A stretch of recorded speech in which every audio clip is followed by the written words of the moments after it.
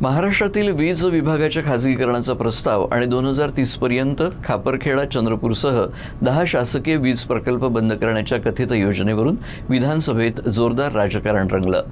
काँग्रेसचे आमदार नितीन राऊत यांनी हा मुद्दा सभागृहात उपस्थित करत सरकारवर वीज क्षेत्राचं खासगीकरण करून जनतेवर महागड्या विजेचा बोजा टाकण्याचा आरोप केला।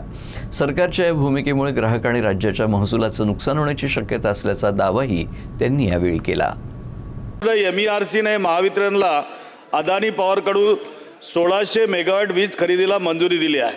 मात्र यासाठी महानिर्मितीचे चालू असलेले आणि जनतेच्या पैशातून उभारलेले 10 महत्त्वाचे वीज संच भुसावळ, खापरखेडा, नाशिक आणि चंद्रपूर 2030 पूर्वीच बंद करण्याचे निर्देश या ठिकाणी दिले आहेत। या आत्मघातकी निर्णयाला महानिर्मितीने आक्षेप न घेता थेट शरणागती पत्करली आहे। अध्यक्ष महोदय, हे प्रकल्प बंद झाल्यास राज्यातील 14,000 कायमस्वरूपी आणि 20,000हून अधिक कंत्राटी कामगारांच्या रोजगारांचा प्रश्न निर्माण होईल।